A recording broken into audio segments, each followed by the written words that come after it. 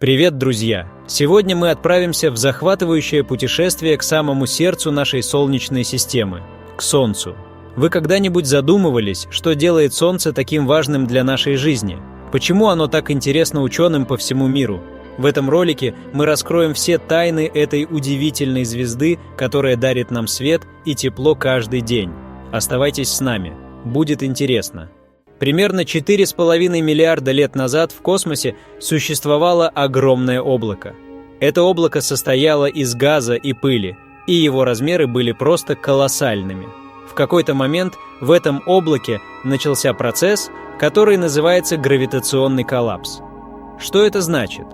Представьте себе, что облако начало сжиматься под действием собственной гравитации. В центре этого сжатия образовалась плотная область, которая стала нагреваться. Этот процесс продолжался, и в итоге в центре облака сформировалась новая звезда – наше Солнце. Остатки газа и пыли, которые не попали в центр, начали вращаться вокруг новообразованного Солнца, образуя диск. Из этого диска позже сформировались планеты, астероиды и другие объекты Солнечной системы. Вот так. Из простого газопылевого облака, благодаря гравитации и времени, появилось наше Солнце и вся Солнечная система. Давайте разберемся, как устроено наше Солнце изнутри. Ядро – это сердце Солнца. Здесь происходят термоядерные реакции, которые превращают водород в гелий, выделяя огромное количество энергии. Температура в ядре достигает около 15 миллионов градусов Цельсия. Далее идет радиационная зона. В этой области энергия от ядра передается наружу в виде излучения. Фотоны или частицы света путешествуют через эту зону, сталкиваясь с частицами вещества и постепенно теряя энергию. Этот процесс может занимать тысячи лет. После радиационной зоны следует конвективная зона. Здесь энергия передается с помощью конвекции. Горячие потоки плазмы поднимаются вверх, охлаждаются и опускаются вниз, создавая своеобразные кипящие движения. Температура в этой зоне постепенно снижается до примерно 2 миллионов градусов Цельсия. Наконец, мы подходим к фотосфере, видимой поверхности Солнца. Это тот слой, который мы видим с Земли. Температура фотосферы составляет около 5500 градусов Цельсия. Именно отсюда исходит свет, который освещает нашу планету. Вот так выглядит внутреннее строение Солнца, от его горячего ядра до светящейся фотосферы. Теперь давайте поговорим о том, как Солнце производит свою энергию. Это происходит благодаря процессу, называемому термоядерным синтезом. В ядре Солнца температура достигает около 15 миллионов градусов Цельсия, а давление настолько велико, что атомы водорода начинают сталкиваться друг с другом с огромной силой. В нормальных условиях атомы водорода отталкиваются друг от друга из-за положительного заряда их ядер. Но в таких экстремальных условиях, как в ядре Солнца, они могут преодолеть это отталкивание и сливаться, образуя гелий. Процесс начинается с того, что два протона соединяются и образуют новый вид водорода – дейтерий. При этом выделяются маленькие частицы – позитрон и нейтрино. Затем дейтерий сталкивается с еще одним протоном, образуя гелий-3 и выделяя гамма-лучи. Наконец, два ядра гелия-3 сталкиваются, образуя гелий-4 и два протона.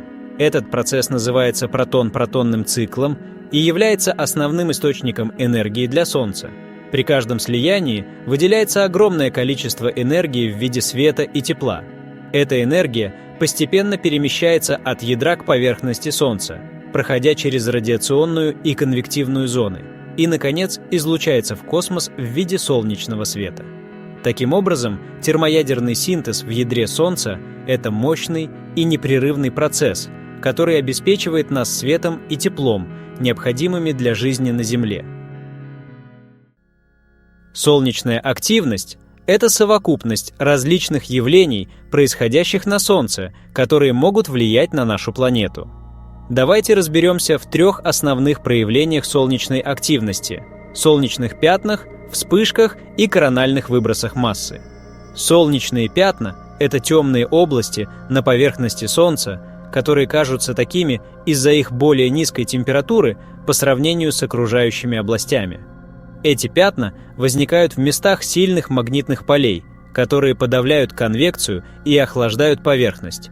Солнечные пятна могут быть размером с Землю или даже больше. Они часто появляются группами и могут существовать от нескольких дней до нескольких месяцев. Солнечные вспышки – это внезапные и мощные выбросы энергии на Солнце. Они происходят, когда магнитные поля в солнечных пятнах внезапно перестраиваются и высвобождают огромное количество энергии в виде света и частиц.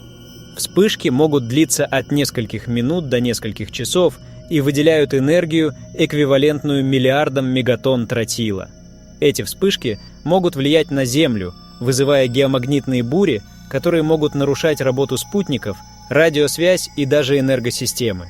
Корональные выбросы массы – это огромные облака плазмы и магнитного поля, выбрасываемые из солнечной короны в космос. Эти выбросы могут содержать миллиарды тонн материи и двигаться со скоростью до нескольких миллионов километров в час. Когда корональные выбросы достигают Земли, они могут взаимодействовать с магнитосферой нашей планеты, вызывая сильные геомагнитные бури. Эти бури могут приводить к полярным сияниям, а также вызывать сбои в работе спутников и навигационных систем.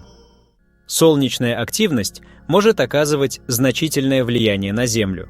Геомагнитные бури, вызванные вспышками и корональными выбросами, могут нарушать работу спутников, радиосвязь и энергосистемы. Полярные сияния, которые мы видим в высоких широтах, также являются результатом взаимодействия солнечного ветра с магнитосферой Земли.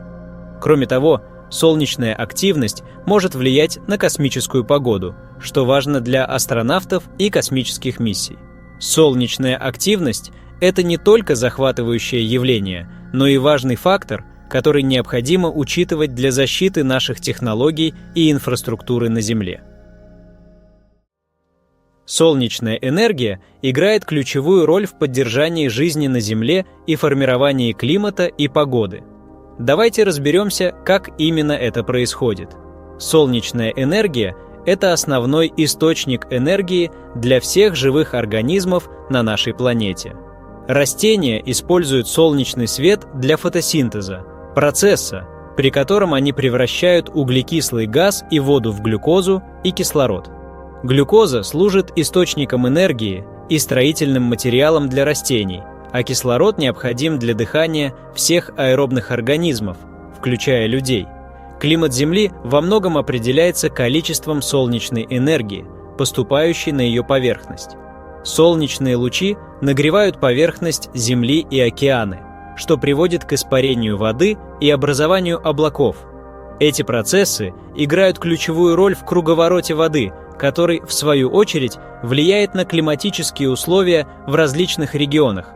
Погода – это краткосрочные изменения в атмосфере, такие как температура, влажность, осадки и ветер.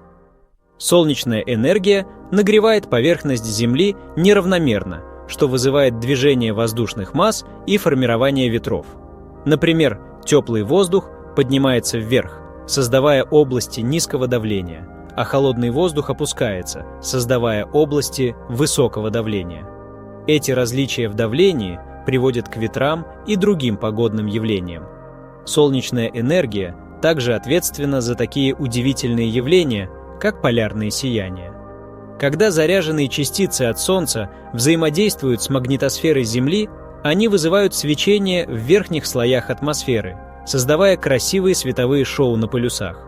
Таким образом, солнечная энергия не только поддерживает жизнь на Земле, но и формирует климат и погоду, влияя на все аспекты нашей повседневной жизни. Солнце – это центральная звезда нашей Солнечной системы, и его роль в формировании и поддержании этой системы огромна. Давайте разберемся, как именно Солнце влияет на все, что происходит в нашей космической семье. Как уже было озвучено ранее, примерно 4,5 миллиарда лет назад Солнечная система начала формироваться из гигантского газопылевого облака. Под действием гравитации это облако сжалось, и в его центре образовалось Солнце.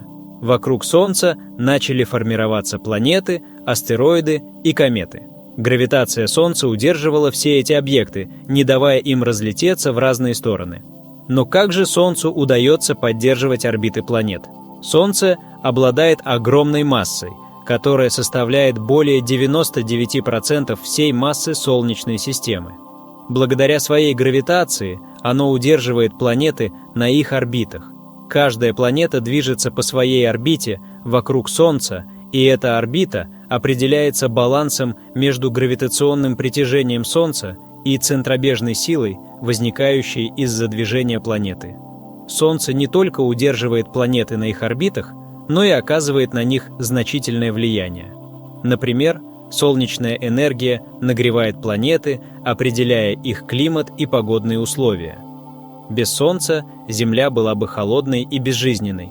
Солнце играет ключевую роль в формировании и поддержании Солнечной системы.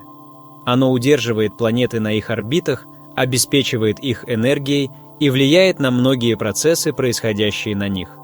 Без Солнца наша Солнечная система просто не могла бы существовать. Теперь давайте посмотрим на миссии и исследования Солнца.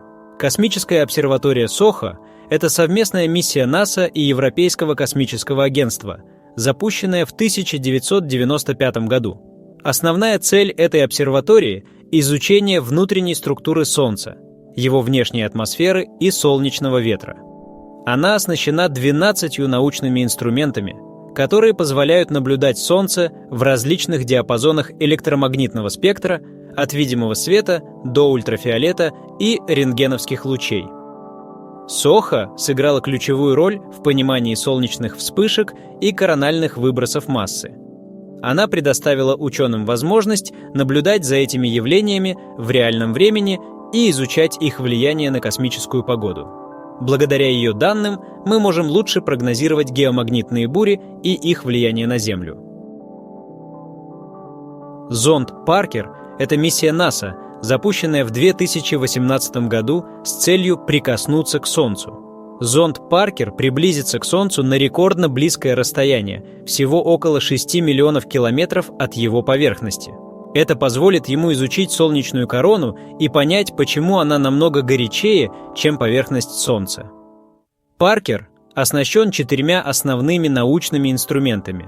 Модуль Fields измеряет электрические и магнитные поля, радиоволны и температуру электронов. Модуль ISIS исследует электроны, протоны и тяжелые ионы. Модуль WISPER – оптический телескоп для получения изображений солнечной короны и гелиосферы. Модуль SWIP измеряет скорость, плотность и температуру солнечного ветра. Эти инструменты помогают ученым понять, как энергия и тепло перемещаются в солнечной короне и что ускоряет солнечный ветер.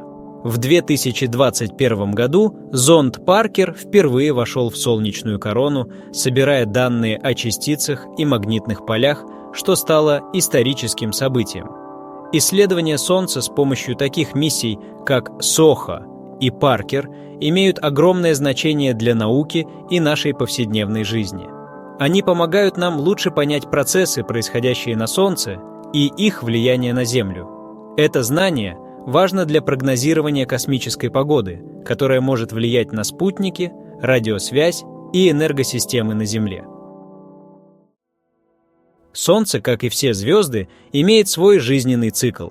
Сейчас оно находится в стадии главной последовательности, где оно стабильно светит благодаря термоядерным реакциям в своем ядре. Но что же произойдет с ним в будущем? Примерно через 5 миллиардов лет запасы водорода в ядре Солнца начнут иссякать. Когда это произойдет, ядро начнет сжиматься и нагреваться, а внешние слои, наоборот, будут расширяться. Солнце превратится в красного гиганта. В этой стадии оно станет настолько большим, что поглотит ближайшие планеты, включая Меркурий и Венеру, а, возможно, и Землю. В стадии красного гиганта Солнце будет терять массу, сбрасывая свои внешние слои, которые образуют красивую планетарную туманность. Ядро, оставшееся после этого, будет продолжать сжиматься и нагреваться, пока не станет белым карликом. Белый карлик – это очень плотный и горячий объект размером примерно с Землю, но с массой, близкой к массе Солнца. белый карлик будет постепенно остывать и тускнеть на протяжении миллиардов лет, пока не превратится в холодный и темный объект, известный как черный карлик. Однако, поскольку Вселенная еще слишком молода, ни один черный карлик пока не образовался. Таким образом, будущее Солнца – это захватывающий процесс трансформации, который включает стадии красного гиганта и белого карлика, и в конечном итоге приведет к его угасанию.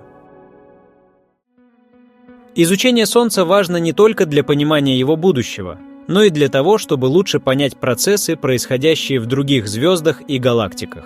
Это знание помогает нам предсказать космические события и даже искать потенциально обитаемые планеты.